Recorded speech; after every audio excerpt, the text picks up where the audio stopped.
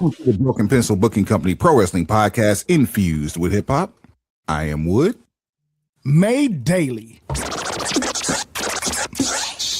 with organic, farm to table, localized, neuralized, sterilized, Scotch guarded for 2020 repellent, available online, not available on Sundays, Broken Pencil Logic. You stay classy, internet. I'm Suave Burgundy. My boy. Yeah. Batman Ting. Trigger warning. Pay the sugar. Yeah. You know, Beautiful day in my neighborhood. Really talk about, but Gang bang gang gang. Gang gang. Lady. Whole lot of fucking gang shit. hello. Hello. Yep. If you know you hello. If you know you hello. Mm-hmm. This past Saturday, Zilla Fatu dropped the House of Glory world title to Amazing Red. That only meant one thing. He had the last of the Indie Infinity Stones, and he showed up at NXT. Wrapping up our prior engagements. You know what I'm saying? Taking care of Cruz Montana and Grayson Waller, who's soon to be forgotten, while clowning whoever the champion is, the Italian guy. But I forget his name. Tony D'Angelo. Yeah, cool. One of the Mama Lukes. Yeah, bada boom. Where's Big Vito when you need him? All the racism talk we had before the show, we start doing this kind of stuff. Shout out to little Guido. Absolutely. AKA Nuncio for you WWE alums. No. I want ECW. I want little Guido on mine. Shouts out. Rest in peace. Is it Tracy Smothers? Yes. Yeah. And shout out to Tony Mamaluke. Like that version of the FBI. That was the FBI. Fire ass tag team. Yeah. And you gotta watch them in ECW when they wrestle like Mikey Whipwreck and Tajiri. Not to mention Tracy Smothers and Scott Armstrong were an amazing tag team in their own right. So for him to jump off and go to ECW to do FBI was crazy. Wild-eyed Southern boys. Yeah. So what's because of that, it's an absolute fuck you. But you know. And then I remember Hollywood John Tatum and World Class had Jack Victory, and then Hollywood John goes off to the greener pastures, does other things. ECW pops up. Here comes Jack Victory, about 125 pounds heavier, but he's still present, and in a tag team role. He's in his bag still. It's funny how cats just went back and just went into their bags in other places while people not knowing what the history was when they showed up there. Right, check this out. John Tatum, Jack Victory, and Tommy Rich walk into a bar. Who gets arrested first? Yes.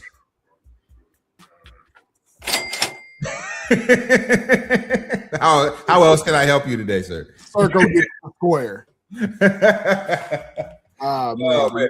Today's date, Thursday, August 13th. Yeah, my Lord. Yeah, my Lord. Yeah, my Lord. Yeah, my Lord.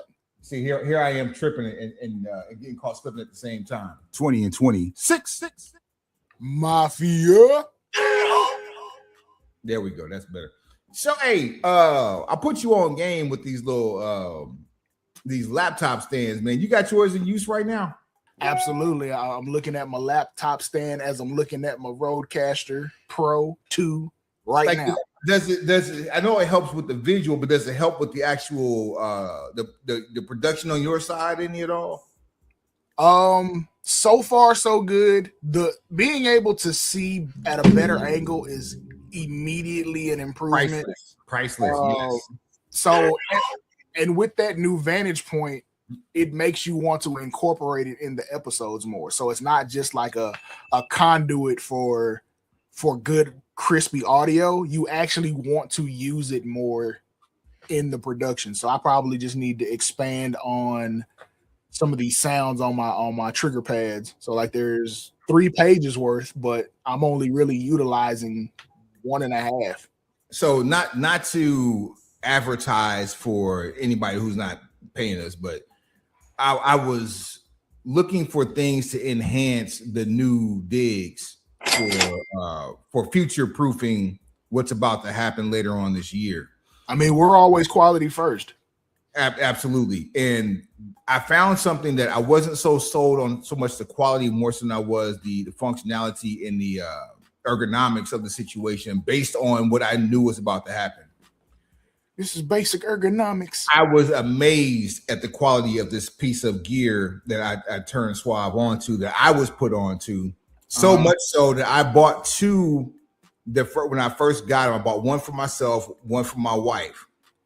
And then when I got it and I set it up, I was like, oh, I got to go back and get another one immediately. So I got 3 in the same day. And I guess somebody who worked at Walmart decided that why would someone come back and buy 3 of these the same day? I mean, the price was right, but why would somebody come back and buy 3 in the same day? The 2 that were left, they were end up gone, but they had 5 in there forever. I just never touched them, but I went and bought 3 the same day. The next day, the other 2 were gone. I mean, Hey, pause. Does yours rotate? I have 360. Mine does too. And yeah, it's I respect my elders and I follow the teachings of my elders. So if someone who I trust, who is my senior, regardless if it's 3 days or three generations, I'm going to heed these words and teachings and I'm going to try to apply it to my everyday life. So it has worked in this particular instance, and it has given me a better workstation. So I have a final boss challenge for this thing, and I may try it. I won't try it Saturday because Vita Hermosa Cigars at Vita Hermosa Cigars on everything. VitaHermosaCigars.com coming back real soon. We will be at Soul Picnic in Knightdale, North Carolina, with Rakim on Saturday the 15th. But sometime around that, like I threw that plug in there. Sometime around that, I will test out one of these with my DJ mixer, my Rain 72. Because I'm interested to see, because I need to lift it up. But with the new setup that I have, I need to lift it up. But I'm interested to see how it will sit on this thing. Because this, did you see the wrench that came with it, or did you overlook that? I didn't see the wrench that came with it. It's in the box. Looks like this. Oh, okay. Yeah, so you notice how tight the arms are? This is how you loosen it up. It's inside the box. If you sell the box, it's in the box. Okay. So make sure you keep that. So yeah, mine didn't have any assembly. I bought a different one. I'm gonna send you the. Oh, it's not the same one? I thought it was the same one. No. Okay. No, so mine was assembled too. It's just the arms were tight, like the motion is tight, but it's a 360 turnaround. It rotates 360. So yeah, either way, that's cool. That's tinyurl.com/BPBC merch. Also, mayormerch.com is the website for BPBC. All things BPBC and Suave for Mayor, Suave Burgundy, that is. Buy 4, get the 5th on me for free, 20% off by using the code BPBCBBG in the checkout. BPBCBBG. WYBA. PAFN. Also, our good friends are the official pro audio of the Broken Pencil Booking Company Pro Wrestling Podcast. You gotta hit ho after you say that. Oh, my bad. There you go. Thank you. That's official. There you go. It is definitely official. SerwinVega.com. Henry, Gary, what it is? How are you guys doing? Summer deal is definitely still going on. The sound of summer. Turn up the summer for 20% off at SerwinVega.com. Also in the checkout, put in BPBC, get an additional 10% off. I'm about to check that in a second, Suave. Thank you for that message. Motorcycle audio, power sports, pro audio, home audio, marine audio. Suave, where are we, sir? On a boat. We on a boat, and like I said, no hurricane season, but the water's warm. Watch out for the sharks because they're looking for blood. SerwinVega.com, your pro audio source. Suave, we'll tell them what to do. Put some bass in your face with Serwin Vega Audio. That is very golly. That is the only difference between that one that you have, Suave, and No, there is. Oh, my bad. Hey, no, There is no difference. That's so. I guess yours doesn't have a name brand on it. Mine does. That's the only difference. Yours may have a tool inside that box. no, Okay. no tools. No Yeah. assembly So yeah, required. I wish mine didn't have a brand, but you can't see the brand on it anyway when merchandise is on top. Yeah, I think I saved a hot $8 because there's no brand. Damn. Because it's unbranded. You spent 12 on that? Absolutely. Look at the price. Bruh. I'm hating. I mean, don't, but do. I mean, well, don't but do right. So don't but do. Don't Yeah, but do. don't So was it in stock or did you order it? No, I was in stock. I went and picked it up. Okay, yeah. This definitely was not in stock. Yeah, I had to go to a specific location. Oh no. These jokers. I'm gonna tell you what they did. They held these back because they show available now. They held these back until you mother truckers, you. What you talking about? They held these back. These were available at this location, at the location I got it from. It's just that they didn't. It was showing out of stock. Oh wait, I'm looking at the store now. Oh, I'm super hating. Yeah. Refocus on what's happening. The brand color is same. The cart looked the same, bro. My bad. Completely different store. Now I'm in the car with you. Yeah. The branding colors look the same, but this ain't that. This ain't that at all. But yeah, this will. If what I have will work for what I want it for, this is definitely getting got because that's the exact same color as the cases that I have. Thank you, sir. And I went out of my way to go get the black one because it matches my desk. Otherwise, I would have, gone silver. But I'm the only person who's really going to see this. But I'm doing this for the audience of one.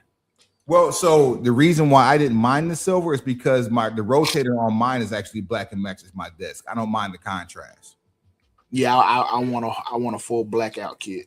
Yeah. Plus the other piece of gear that I'm using is actually closer to the color of mine than the Roadcaster. So I'm okay with it because the compliment will be just fine.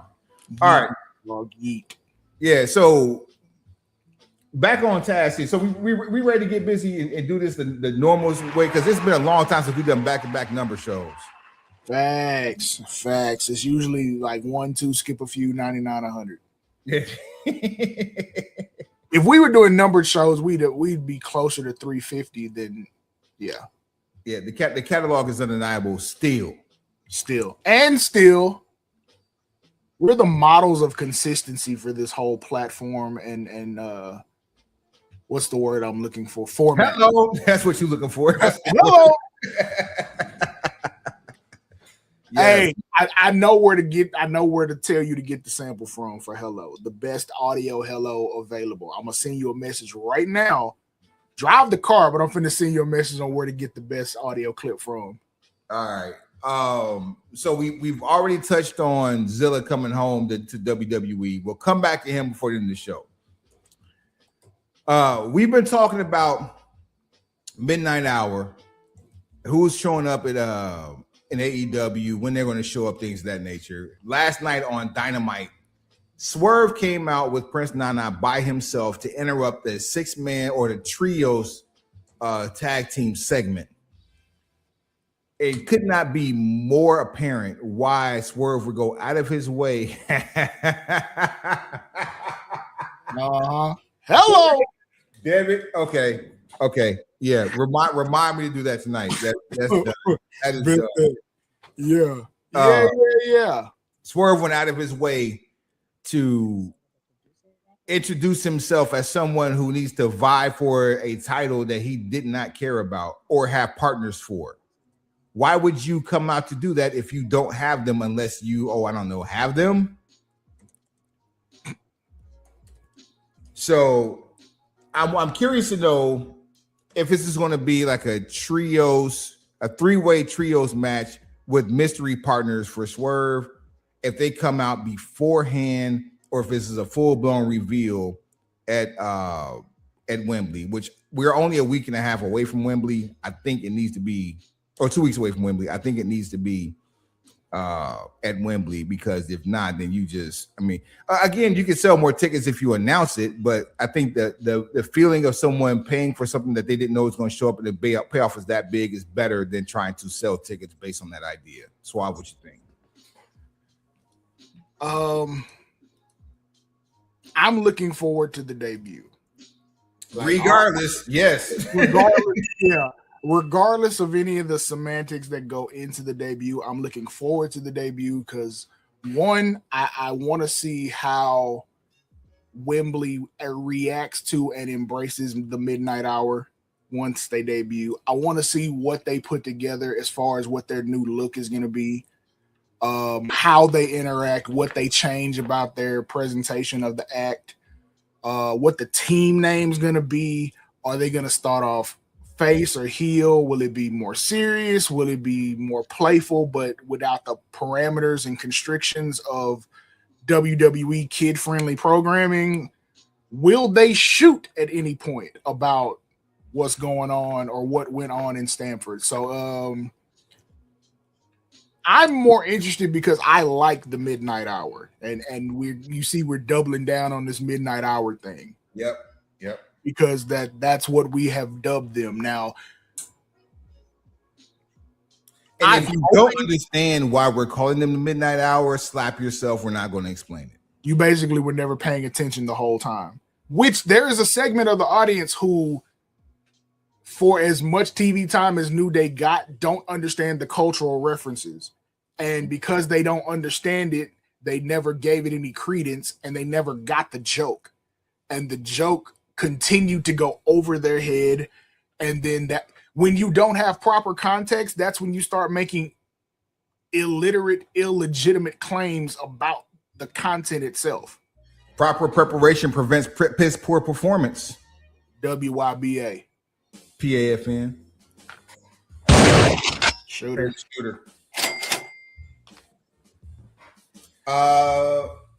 Who are we lining up? I mean, we did not get Motor City Machine Guns versus the New Day in WWE. That's automatic. We got to get that. That's probably Dynamite. Could be. I mean, okay, if we are booking, then yes, we would probably be booking their first 5 or 6 tag team opponents for pay-per-views. But we also know TK operates in a situation where he likes to give pay-per-view type matchups on weekly television. He'll give away a pay-per-view card on a Wednesday in a heartbeat. I'm okay with that. Yes. I mean, you're fighting from underneath to a degree. So yeah, unload the clip. And you've been evicted, but you can squat. You've been evicted, but you can squat. You're being allowed to squat. Yes, squatter. So you're making your best effort to be presentable for the suitor when it comes time to sign a new lease, if you will. So like I said, it's important to know whether or not they're going to work face or heel, because that sets the table for who you.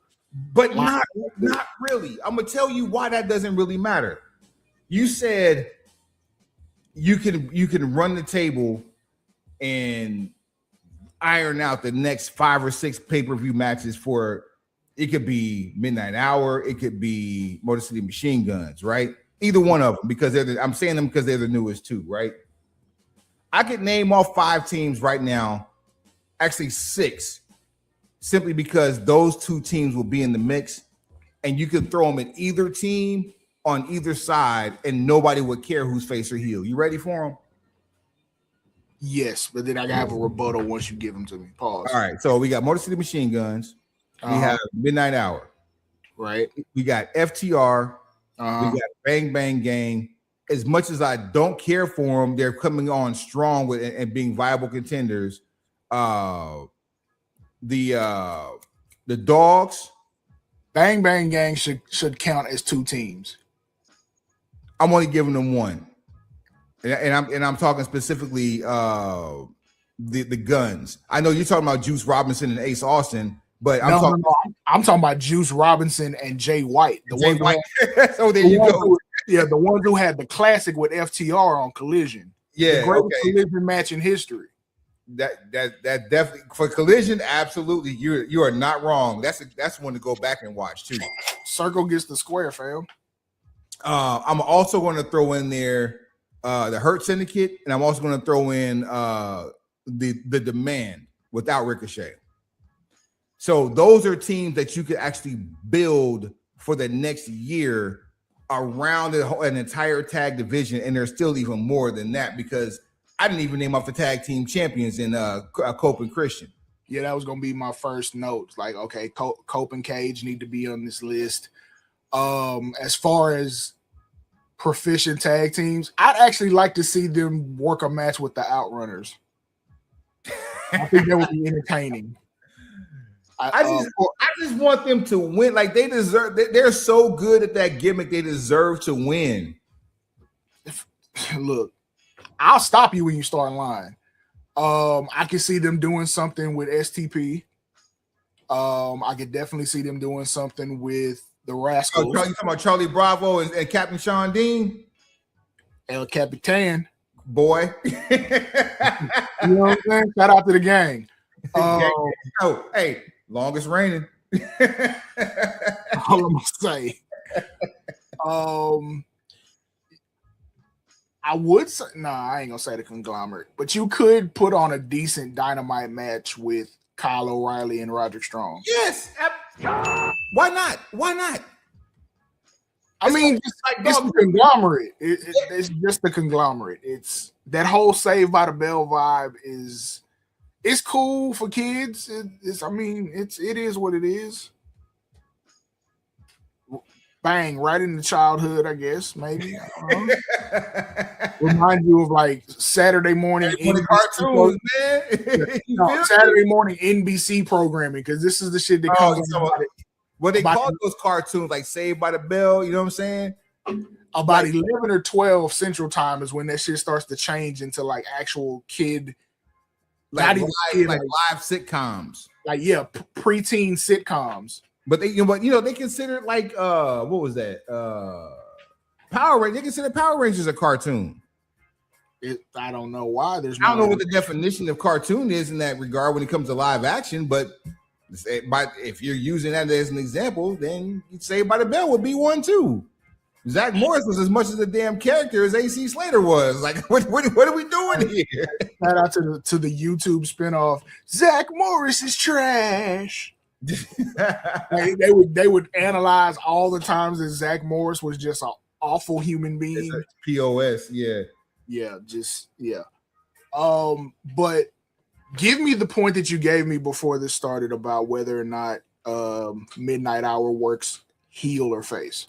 It doesn't matter what side they work on because whoever they hop into the ring against, the fans are going to be more invested into the match than what side of the ring they come. Oh, what side of the curtain they come out of. For AEW fans, I would actually agree with you for that. The reason I disagree with the premise in general is because everything I know about the Midnight Hour and their time as New Day, whichever side of the argument they position themselves on, they commit. So if they're going to fully commit. So if they're going to be face, they're going to fully commit to being a face team to that crowd. If they're going to be heel, they are going to fully commit to being heel to that crowd. Which is, again, why it doesn't matter where they're at, because either way, it's going to get money. Yeah, so we're saying the same thing two different ways. And I'll tell you the perfect example of what you're saying as far as committing. Like there is no in between with me, and I'm using that as an individual term. Cope and Christian. Cope wants this to be 100% redemption tour. We're on the way out. We fan favorites. We're giving you guys what you want. Kissing babies and all the whole nine. Christian Cage, when his countdown gets to 1, what does it say? Asshole. And he's been that for the last 2 years. Father of the Year. That works in contrast because they have equity. as Cope and Cage / Edge and Christian, they have equity. So them basically being a heel face merged unit, they let a lot of that slide, even though Christian is incredibly entertaining. I'm trying to find Cope's got to pull more weight as far as the balance goes. Yeah, he's trying too hard to make it palatable. Yeah, we should be far past the idea of making the AEW fans like you.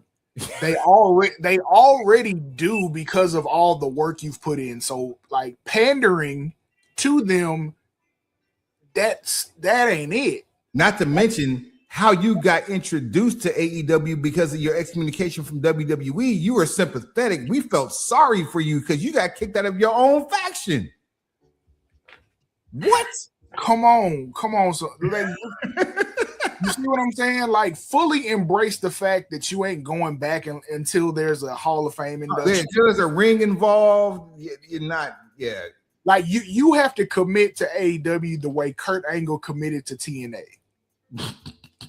Like once you like for real, you're gone from Stanford. Fully commit to the idea of being in AEW and carving out a legacy instead of just making this a retirement tour. And people still forget that Kurt Angle's best pro wrestling years happened in Nashville.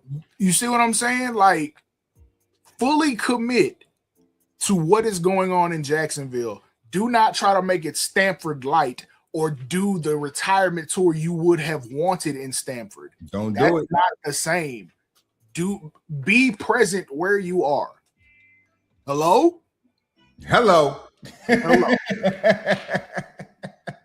Oh, check your messages. I sent you the clip too. I made it even easier. Let's see what we got here. I'm trying to see if it'll pull up. But yes, I'm incredibly excited to see what the Midnight Hour does once they debut, because I trust them more than I trust a lot of people to give me at least an entertaining segment. Right. They can carry their water when it comes to television. The audio is not routed properly, so yeah. But yeah, I have the clip. I will definitely grab it for sure. So do you think that they need? Well, they don't need. Do you think that they ride off with Nana in tow, or do you think it's just like a one-off situation? Again, I'm cool with experimenting. We've never seen them as a part of a faction with a manager like this. So I would kind of like to see what that comes off like. But at the same time, it's from a certain caliber of fan, it's going to elicit a lot of Hurt Business, Hurt Syndicate comparison, even though it's going to be nothing like it.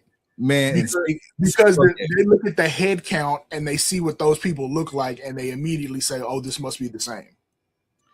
I don't understand what we're doing with the Hurt Syndicate. I understand that you want to use them as hired guns, almost like an APA kind of, with MVP being the negotiator of sorts. And shouts out to MVP, man. P got some content on the net right now that is it's pretty undeniable, man. Like for a nominal fee. But come on, man. For a nominal fee. Come on, man. Yeah, super gang.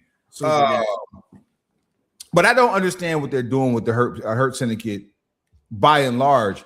Like there's no reason why Doom with 2 2s should not be the World Tag Team Champions.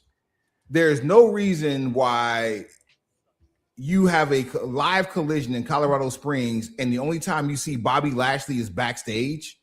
I feel like I read something to the effect of like they didn't want any more championship runs. Yeah, like do your Googles, it might pop up. There's an article about them not really wanting any more championship runs. I know MVP specifically said he did not want a run as AEW champion. And his reasoning was, I am at a stage now where I cannot give the matches that title deserves. See, when you know thyself. Didn't we have a conversation about self-awareness like in the last 2 episodes? Not just in the last 2 episodes, but also in our normal conversations. Like, absolutely, we also have this innate problem in not just the hip hop community, but our community, that we want more for others than what they want for themselves.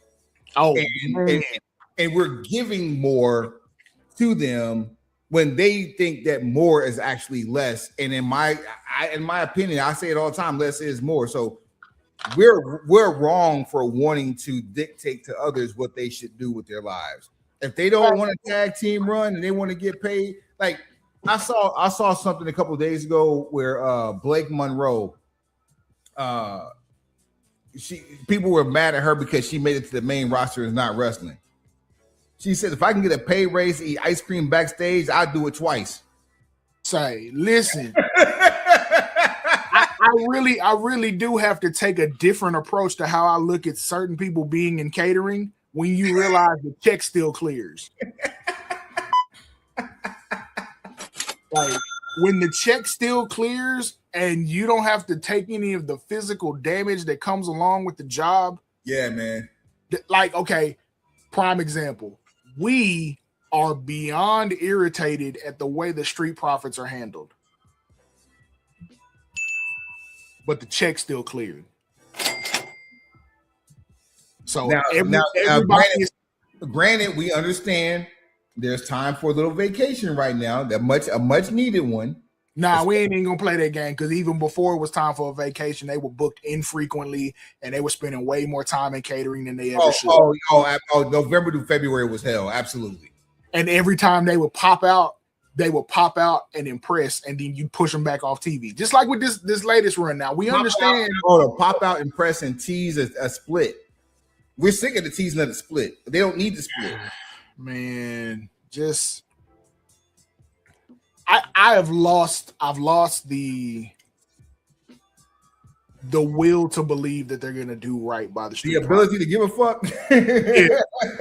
Yeah, like I just want them to keep getting a check at this point because I realize Stanford either they don't know, don't show, or don't care about what's going on in the hood. So, like once you've given me that energy, what am I supposed to do with that other than be like, all right, next? And I'm losing faith in the fact that you're gonna try to cash in on Tez's star power as a singles competitor because you have other new shiny toys that do things similar. Like you have Javon Evans, you have Carmelo Hayes, you have Trick Williams, you have to a degree Obafemi, but he doesn't check the same boxes as Street Profits. Stop right there. I'm glad you mentioned his name. Because we have an agenda, but we don't. Right. Have you seen the proposed match on SmackDown for tomorrow night? No. Obafemi's tagging with Cody Rhodes. Why? Exact question I had. Why? For what? They have one previous interaction, which was Cena's retirement show. That was a Saturday night's main event where basically wrestled to what we'll call a draw with Cody because of Drew McIntyre's interference because of their program they had going on. But it was a litmus test for Obafemi. And it's exactly what Cena wanted. The only thing I can think of is that this is a way to kind of tease and get a little bit of a preview of what him and CM Punk might look like if he decides to go the other route in terms of what championship he challenges for. I need you to stop trying to justify the unjustifiable. There is no reason for Cody to be tagging with Obafemi without any type of predication that led to this. You want me to really tell you why Obafemi's teaming with Cody Rhodes? Ratings? No. You want me to tell you? Go ahead. The game fucked up. I ain't got no friends, and I done spent my last $70,000 on a drop top beans. What you know about it? You feel me? We go. Smash up the gray one. Follow me in red. Every time we hit the parking lot, I turn heads. Cody ain't got no friends. And you know what would be crazy is if that match went off the rails. Oba gave him whatever the finisher power bomb choke slam combination that he does to Cody, and the crowd goes ape shit and starts booing Cody. That's what I would love to see happen. I haven't been watching SmackDown minute for minute lately, but from what I have seen, Cody is moving towards a natural character shift. Now, I expect him, because of the way he thinks about professional wrestling, when the time comes, he is going to fully lean into that turn. Fully. Like Randy and Cody were cooking last week. Yeah, I saw that. And I was like, oh, remember we saw two different clips of interview segments that were so compelling that we were like, damn, we actually got to watch SmackDown. And I did. And I was not let down. It was soon. Yeah, it was on par. The rest of the show was on par with the clips that we saw that said business is booming. See? And good for SmackDown. I'm glad that show is starting to get,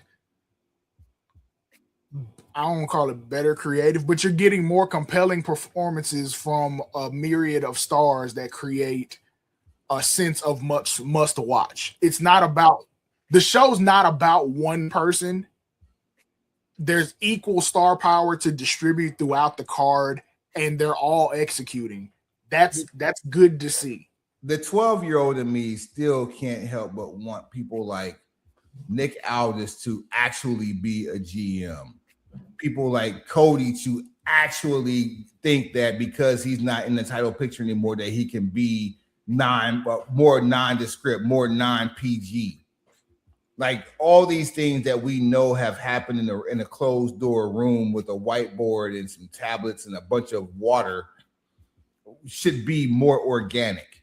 And it is feeling more organic, but it's not because of the people who are pushing it. It's the people who are actually doing it. So somebody's going to look at this idea I'm about to pitch as a step down, but you'll get it because you've seen it work. The audience is fatigued with Cody Rhodes as a face while being WWE champion. What happens when you get massive doses of Cody Rhodes as a tweener or a heel as US champion with a lengthy title run? So right now you have Trick Williams. Mm-hmm. Ilya Dragunov is completely gone. He left. Apparently. Yeah, like why is he's still showing? He's still on the website. He's still showing up on a couple of different things I saw floating online. I don't think everybody knows he's gone, including the web team. I forgot he's even there. Like you walk back to the catering, like, hey, can you put my water in the trash bag? Hey, that's what you need to be looking for at Wembley. I wish. I don't think that's gonna happen. I don't think Sheamus is happening either, from what I saw earlier today too. But then again, considering the source, Sheamus probably gonna be the first thing out there in Wembley. Anyway, go back to what we were saying. Back to the hotel. Trick Williams, Baron Corbin, Boston's own Carmelo Hayes. I fully expect Trick Williams to start moving up towards the main event or the upper mid card, so US title might be beneath him in another 6 months. But that's three. That's only three people. Who else do we have? Ricky Saints. Cody and Ricky would be good money because they're good friends. I think that would make for a great rivalry, but I feel like as a heel, Ricky should be right with Cody as like his second. Like Cody should be insulated by a couple people.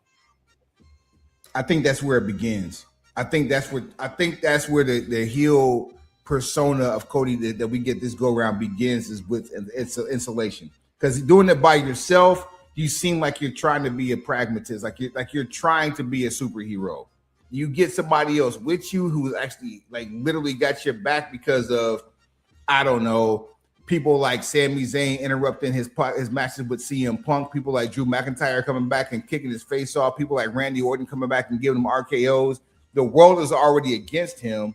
Why can't he have somebody to watch his back to make sure that it's a little bit fairer of a fight?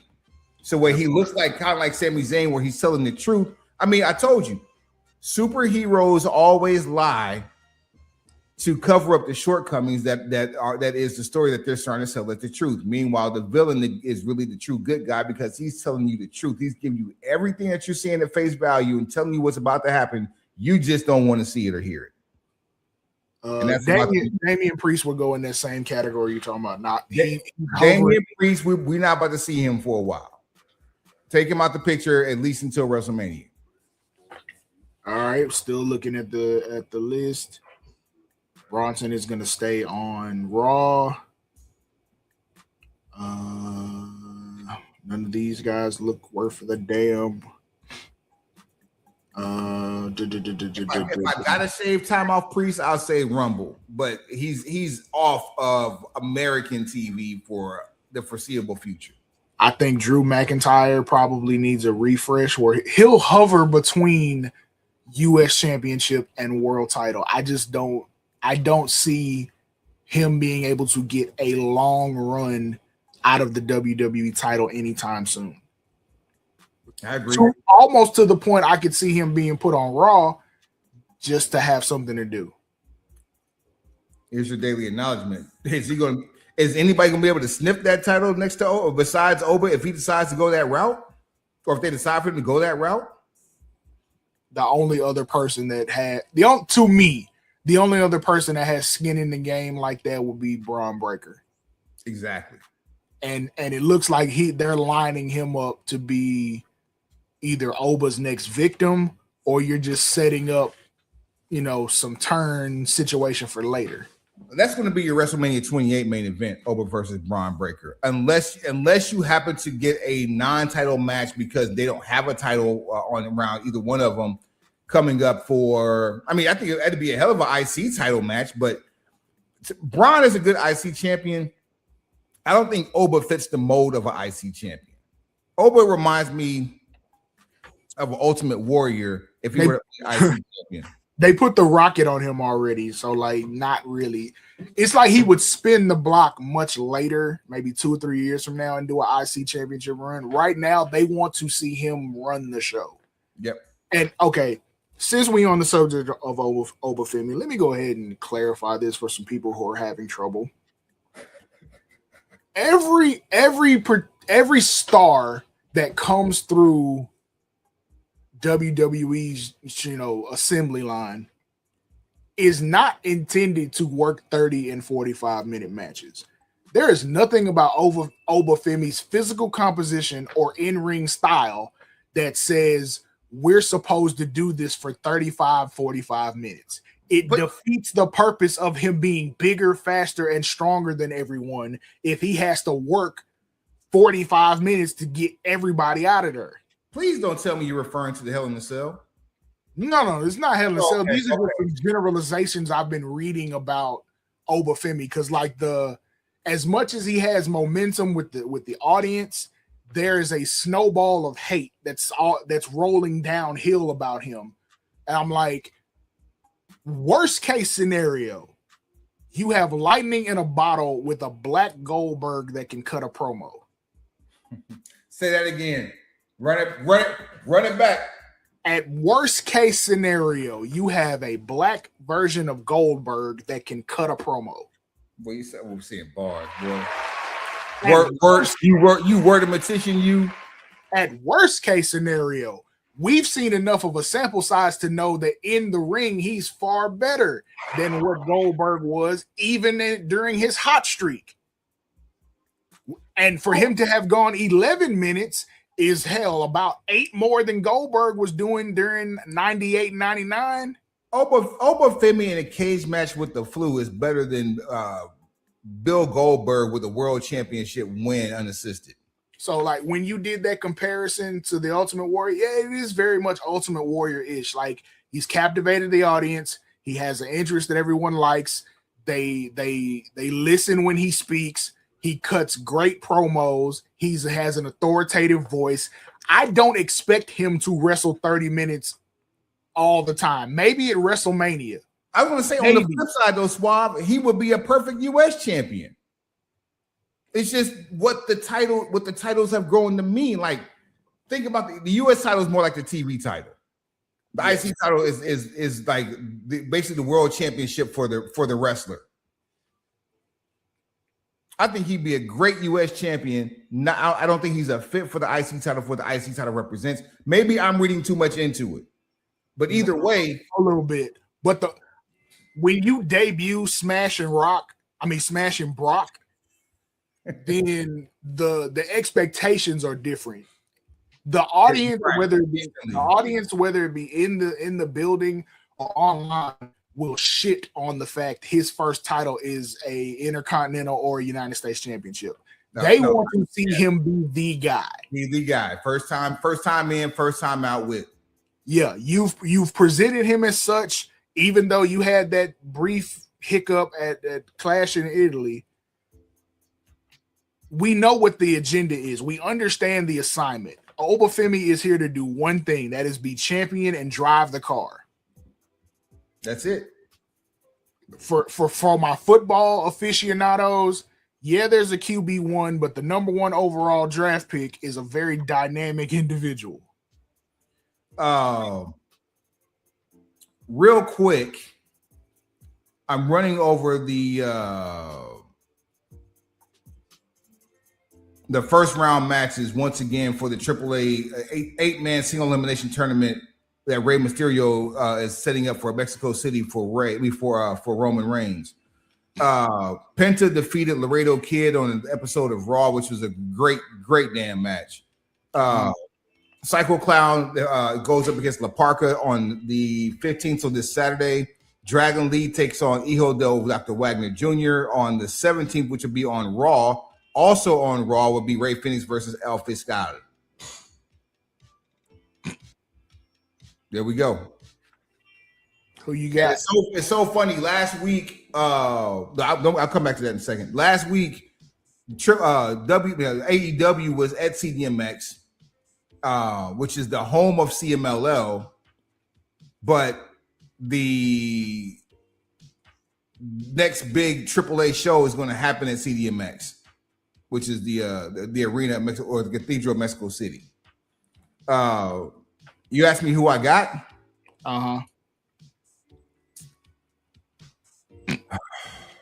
Look at the bottom of the screen. I'll tell you who I got. All right, so I have Psycho Clown beating La Parka, and I have I hate this. I hate this. Actually, you know what? No, I take that back. I got La Parka beating Psycho Clown because that's taking place at AAA.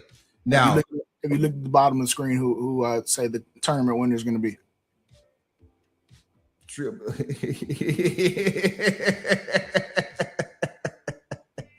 La Noche. La Noche. La Noche. See. That would be hilarious, though, if LA Knight went to Mexico to enter the tournament. Wait, hold on. What if LA Knight entered the tournament as La Parka? To pull a Chris Jericho? Yes. That's pretty slick. Especially with LA. Undertaker with 3 A's, make it happen. That's why I even picked it, because it's at the LA. Plus, anybody who's been following wrestling for the last 30 years knows this ain't La Parka. This is a character. Yeah, this is the guy under the mask. Like they're interchangeable, like Tiger Mask. Yeah, so why not put LA Knight as La Parka? It fits literally LA. Like Art. C.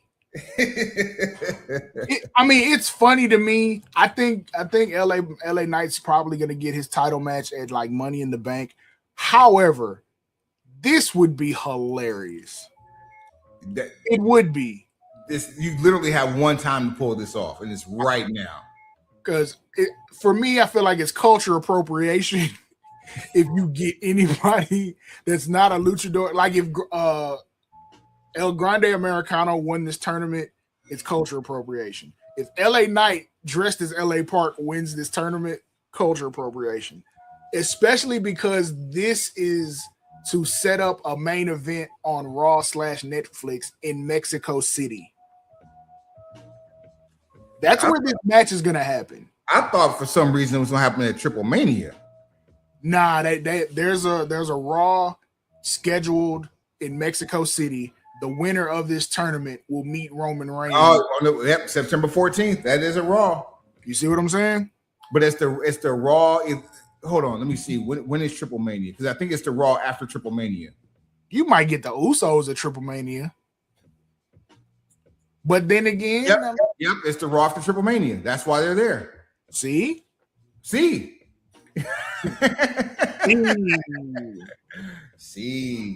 So, all right. Oh, Dark Side of the Ring. We keep like talking about it and then not going about talking about it.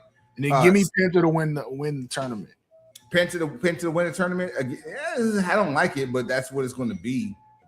Roman Reigns working against a luchador is like, this is something I don't know, but who stands to be able to make the most money afterwards? Number one, the only way I don't see Rey Fenix versus Penta in the finals is if LA Park is actually LA Knight and La Parka close. Yeah. Right. But definitely the money here is by far Penta. Penta has the most longevity of anybody that is WWE related in this, and also is the most decorated, as he is a former Lucha Underground champion, a former AAA, a former TNA World Heavyweight Champion, and also a former TNA World Tag Team Champion, former AEW Tag Team Champion. He has the most accolades. Talk about it. Than anybody on this list. He probably has more accolades on this list than everybody combined, including his brother, which his brother is involved with probably half of the stuff that he's dealing with. So, I mean, there's your money right there. Plus, Triple H, that's the kind of stuff Triple H does pay attention to when it comes to stuff like this, tournaments like this. Right. You got to try to you have to establish the WWE brand with a foothold in Mexico, not just by AAA, but by the WWE brand itself. Yeah, this is a Triple H, Undertaker, Rey Mysterio thing. These are three thoroughbred world champion Hall of Fame wrestlers at the root of it all, not just executives. This is the stuff they salivate over, right? This kind of scenario is what they salivate over. They're not going to let any Joe Blow pass through for a chance at Roman Reigns on Monday Night Raw just to get served up by the tribal chief. That's all I'm saying. And if you look at who's been occupying the most TV time over the last 6 months, the clear choice is Penta. Clearly.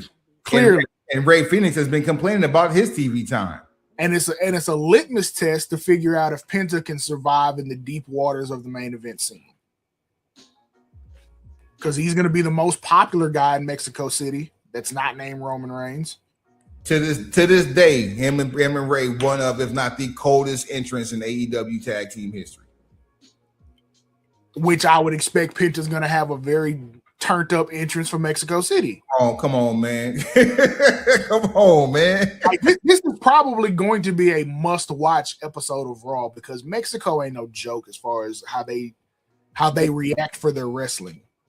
Reacting for wrestling and putting on when the lights are brightest. It gets no brighter than WWE. Let's keep it a buck. AEW did a really good job at CDMX. CDMX is fixed. Like, they have a wrestling ring fixed in that arena. That's fine. That's great. It's probably a stage that, you can double. But regardless of what it was, it looked great. Like, it looked like it did. It looked like, that arena holds, I think, 22,000 people. That looked like 40,000 people in there, the way AEW had it set up. WWE is going to do a good job of making it look bigger than what AEW had it looking like last week. Please believe they're not going to fall short on production. That said, they're also going to up the production cost, the production value for these shows. Triple Mania owned by WWE is not the same as Triple Mania that's just, Triple Mania. It's not the same as having New Japan and AEW talent come in. It's not the same as having Jeff Jarrett book a match or two and show up just for the sake of, and God bless Jeff Jarrett, because there was a Triple Mania that he showed up to drunk, according to Dark Side of the Ring, and acted a fool with a sombrero. Yeah. Don't know. I want to go to jail in Mexico. Yeah, don't want to do that. So, yeah, I'm looking forward to see what this looks like on Monday Night TV, because we've seen what it looks like on Wednesday nights and on Saturday nights. It's cool as shit. International WWE events tend to deliver. And now this time it's the first time we're doing Monday Night Raw from CDMX. It's on you. Let us remember Puerto Rico.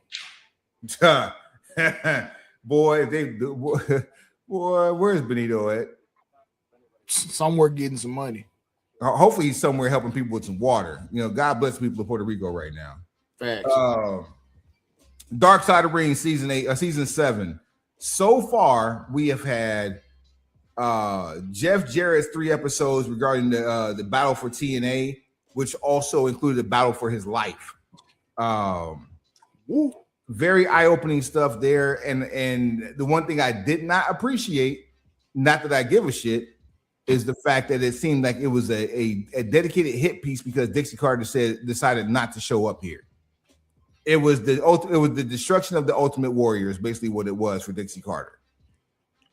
I mean, listen, am I wrong? Not my circus. But no, you're not wrong. Look, what's the professional difference between a lie and the truth? A lawsuit. I told you that. It's me. Exactly. An elder told me that, and it stuck with me. It's me. I'm elder. Hey, that's a shirt. Hey, DB. Shirt that shit. Available on mayormerch.com. It's me. I'm an elder. Speaking of mayormerch.com, before we get into the rest of Dark Side of the Ring. Yeah. Shouts out to my son, Jay. Wait for it. BL. #1 relocated to a new city in Texas. Hey. There's only one thing that can mean more money, more money, more money. Price just went up. That's all that means. He about 80 miles south of where he was. He has requested one of all of the gang's muscle shirts. We don't have any muscle shirts. So what do? We turn the shirts that we have into muscle shirts. That means the old man's going to have to end up buying the 5th on me for free. Wow. Among probably, I might have to get a few of them because, he was talking about he want muscle shirts. And the boys, truth be told, he could probably try for WWE right now if he could take a bump. I didn't quite realize he wanted the whole collection. He wants the whole collection turned into tanks for himself. That's wild, B. And will purchase immediately. That's wild, B. That's so much more work for me. Now I got him. Waiting for the photo shoot. So, son, I didn't respond to your text message because I wanted you to hear it here on the show. Suave got you. And the discount still remain, and the 5th on me for free still remains. Yeah, say less. We'll make that big time summer savings event. We'll have the tank tops of a whole lot of fucking gang shit collection available here soon. I'd be a different type of bad father if I made you pay full price and didn't give you the same benefits as a complete stranger. So we got you. Now back on task. Let me tell you something.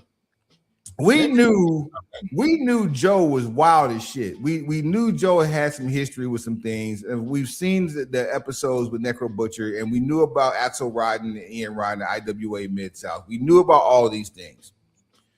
What I did not know was how this internet was scoured and scrubbed to remove any traces of anything remotely close to this match prior to Dark Side of the Ring. Why is that? Dark Side of the Ring is actually selling this match. Mm-hmm. It's smart. It's smart. What's smarter? Dark Side of the Ring selling this match 20 years later, or the reason Joe took the match to begin with?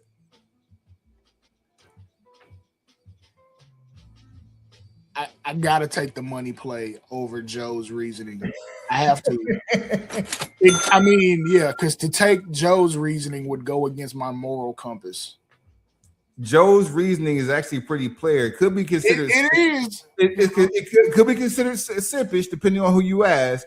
It's something we've all done in spades, and that's the appreciation. It's the nostalgia for me. Yeah. We have all taken a job and or went somewhere or done something strictly because it would put us in closer proximity to a completed mission. Yeah, tail and toe. Literally tail and toe. That's ridiculous. That's funny. Ray Trailer, Big Boss Man gets the episode. Just wow. The turn that happened and why that turn happened. Bruh. Just wow. For someone to lose an opportunity over something that it's serious, but he was doing due diligence with the best person to do due diligence with. And then one of the other people in charge was looking at you not be where you were supposed to be and didn't say anything.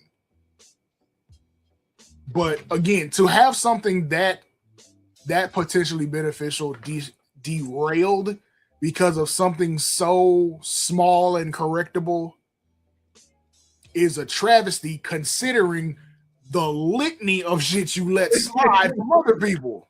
And not just that. The trail of tears that happened immediately after this incident.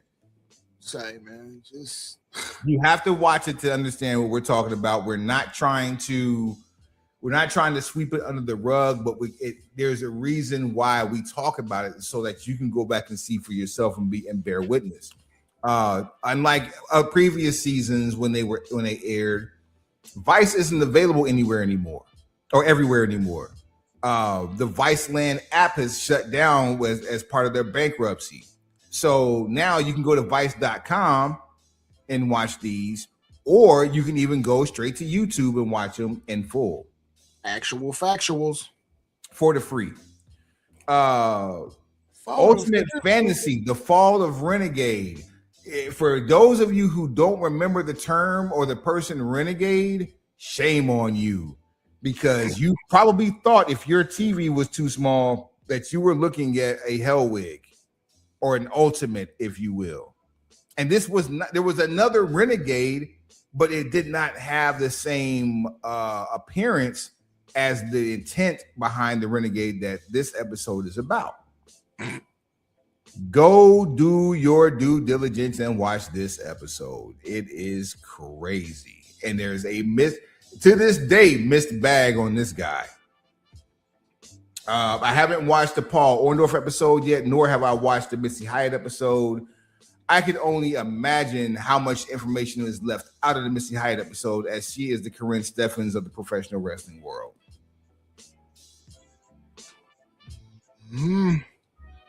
Fair enough to say that? Okay, all right. Yeah, I'm gonna leave that right there where it's at. What next for Zilla, man? Money. yeah. Count the check. Now the NXT bag might not be, I wanted to say security, but because of what we know about how the contracts are structured now, it's not necessarily as much secure. It's about the same level of security as it is working indies. You don't work, you don't eat. Speaking of indies and Zilla, so Zilla has Yes, no. Zilla has paid dues. I think so. That's not even a question. That man's been a world champion in a couple of different organizations. Yes, he's paid dues. That man was raised by wrestling's concrete. Wrestling wolves. Wrestling wolves is what wrestling's unshakable concrete foundation. Wrestling has more than one royal family, and this royal family could say, "Damn it, it does not. It starts with us and ends with us." I mean, it could be more than one, but we got the biggest house on the block. The ones. And in fact, he the main one, as he calls himself. So yeah, I see more money in his future. I see him fine-tuning and refining some of his presentation. And he's so young with that youthful energy that let's say for the sake of argument, this NXT run for him lasts either 6 months or a year. 6 months would probably put us right around WrestleMania, like, you know, debut on New Year's Day. A year puts us at SummerSlam next year. I would say 6 months puts us at Elimination Chamber. Well, relatively 6 months. Like, so WrestleMania season. Not sharpshooting you, because any place you put him is a viable option. Like, right. I didn't think that Des Moines was going to be the spot for him. I was like, there's no way that he debuts in Des Moines. Hell. But I think just debuting him as another henchman under the black hoodie, probably at this point right now, would have done more harm than good. I agree, especially with the way he exploded in. The way he exploded in on NXT reminded me of when people used to turn heel after wrestling a face match when they leave the locker room fresh out the shower, because all he had was short basketball shorts and some Jurassics on. That was it. Ready to do work and go home. Them shoes definitely came from West Side Gun, without question. Without question, no argument that those definitely came from West Side Gun. Shouts out to the Sauconys. West Side Gun said, if I ain't gonna be on TV, I'm gonna be on TV. And I believe they're in Buffalo coming up next week. So I would expect, something else ridiculous to happen. I expect Zilla to fine-tune. He's gonna fine-tune his presentation, refine some of his in-ring stuff, get a feel for the WWE style. The dude is charismatic. Like, he has an energy, an aura about him that it jumps off the screen. So if anything, NXT is going to teach him how to harness. It's a childhood fun innocence. He's not playing a character. He's playing himself. Right. So they're teaching him how to play himself and turn the volume up on it. And make it acceptable for all audiences. The way Jacob talks in interviews is the way he actually acts in the ring. Like, we noticed it when he did the stint with TNA for whatever pay-per-view that was last year that he was in with Enzo. We also noticed it when he jumped off the top rope onto Grayson Waller and said hello, as evidenced by the name of the show. What do you get when you mix Grayson Waller and Waylon Mercy? Grace and Mercy. What do you mean? Show a little bit more of that. Grace and Mercy. Crickets, bro. Crickets. Nah. In the church, fam. So rumor has it, Sean Maluda is about to re-sign with NXT. Okay. For those who are uninitiated, more game. To what affiliation, I don't know, but there's blood involved. Are you doing your Googles right now? Yeah, I remember Sean Maluda. I was trying to see and get an idea of what he looks like now. He's a little older to be coming back though. He's like 37. I mean, hell, what's my man's name? All Ego Ethan Page. Yeah, that too. Saints. It ain't Royce Keys like 48. Adjacent. I'm joking when I say that, but yeah. You think Zilla puts together his own like minor league version of the Bloodline in NXT, it would be different because we haven't seen the Bloodline approach taken on another brand. Like the next gen. Yeah. You see what I'm saying? That would be fire, especially considering he's the youngest for now. Oh,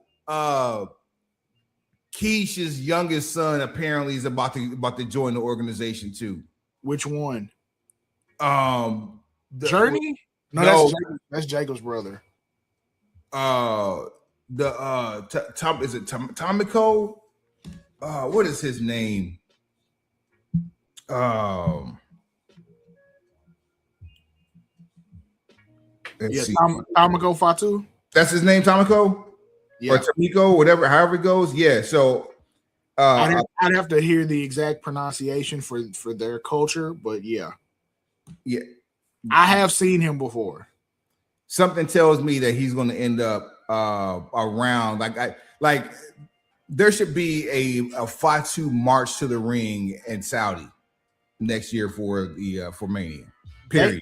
At this point, the Bloodline and the family tree could have a World War III battle royal all by themselves. For those of you who are initiated and understand what pay-per-view was for WCW, they could do the whole 60-man battle royal by themselves. 60-man battle royal, 3 rings, and as one winner goes, it ends up in one ring. You go to the other ring and continue, and then you get down to 2 competitors in one ring from 3. Does Lance come back to NXT now that Zilla's there and Sean Maluda's on his way in? Once again, I think that's a situation of wanting more for others than what they want from themselves. I think he might be done. You think? I mean, okay, we just had the conversation about what NXT money looks like, but because for some it's not a lot of money. Is it a situation where Lance could actually make more on the indies than he was making wrestling for NXT? And had no clear direction? Any Fatu going into indies right now, just off of the name, is going to make more money because they're Fatu. Case in point, Jacob when he went to MLW. Now, I'm not saying that I'm in MLW's pockets or Jacob's pockets to know how much he was making. All I know was that he was touting being in that line. Like, what do we call it? The dynasty? Because he didn't call it bloodline. He said, I am the dynasty. I am the bloodline is me. I am the dynasty. Yeah, the Samoan dynasty. The Samoan dynasty is the name that's tucked away that they own the IP on. Yeah, that's theirs. Right. If so ever comes time, if the mushroom cloud goes up in Stanford, it's going to reappear when the smoke is done. The dust is going to say Samoan Dynasty. Actual factuals. And then we'll get people like Joe on Hawaii. We'll get people like Jonathan Fatu. We'll get Jeremy Fatu. I'm very, very, very much convinced that if there comes a time where Roman Reigns is not WWE super talent, you're not going to see a Joe and Hawaii unless it's like in the credits of a Hollywood film. I don't see him wrestling anywhere else. I don't see him doing that to himself anywhere else. No one's going to pay him the type of money he would command. Well, I take that back. TK would. But again, I don't see him prolonging his wrestling career if there was ever a reason he was not contractually obligated to Stanford. Yeah. Where the Rock at? And they still talking about he might pop out for Mania. Stay home, fam. Like don't step on your own. Like don't do that. Don't pop out until you ready to stay for a hot 90 to 180 days. And leave your other business ventures to those who can handle them. Because if you are the face of your business, don't let your business fall to the ground because you decide to come back over, to Yonder Way. Like, now's the time for you. You don't have any vested interest in the NFL season. You can sell liquor on the road right now. People want to drink when it's cold outside. I mean, let's get it for the winter. Hey, listen. the wrestling fan base doesn't hate you. They're just mad you don't come around as much. We've seen this movie before. We've seen this movie before with him starring in it. Man, They don't hate you. They're mad because you're not around enough. Dad didn't come pick me up this weekend. It's literally that. You've built resentment off not being picked up on the weekend. So don't pull up until you're ready to stay for a while. Or you're going to have that Will Smith moment. Why he don't want me, man? What? You don't want me? Why you don't want me? No, nobody wants to have to go through that. It's far too emotional. Oh man. Let's see. What else? Is there anything else that we have?